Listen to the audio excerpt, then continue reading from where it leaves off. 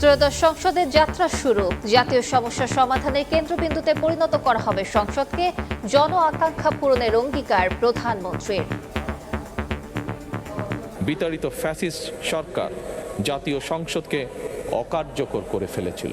আমরা এই মহান জাতীয় সংসদকে সকল যুক্তি, তর্ক আর জাতীয় সমস্যা সমাধানের কেন্দ্রবিন্দুতে পরিণত করতে চাই। আমার রাজনীতি দেশ এবং জনগণের স্বার্থ রক্ষা করার রাজনীতি। সকলের সম্মিলিত আন্দোলনের ফলে 2024 সালের 5ই আগস্ট তৎকালীন ফ্যাসিস্ট সরকারের পতন ঘটে। রাষ্ট্রপতির ভাষণের সময় বিরোধী দলের প্রতিবাদ।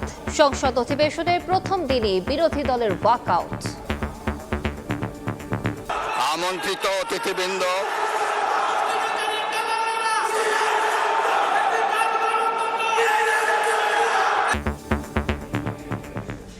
দেখছিলেন প্রধান শিরোনাম। সন্ধ্যার সময়ের সঙ্গে আছি আমি আলিশা ইসলাম। এবার অন্যান্য শীর্ষ সংবাদ। সড়কে ছড়ল বরকনে সহ 13 প্রাণ।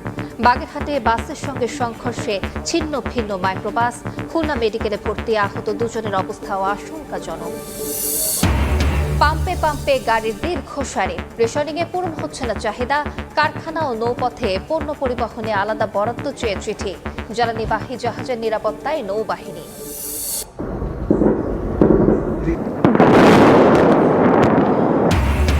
ইরান লেবাননে ব্যাপক হামলা। শতাধিক রকেট ছুড়ল হিজবুল্লাহ। তেহরানের প্রতিরক্ষা ধ্বংসের দাবি ট্রাম্পের। নিশ্চয়তা পেলে যুদ্ধ বন্ধের ইঙ্গিত পেজেশকিয়ানের।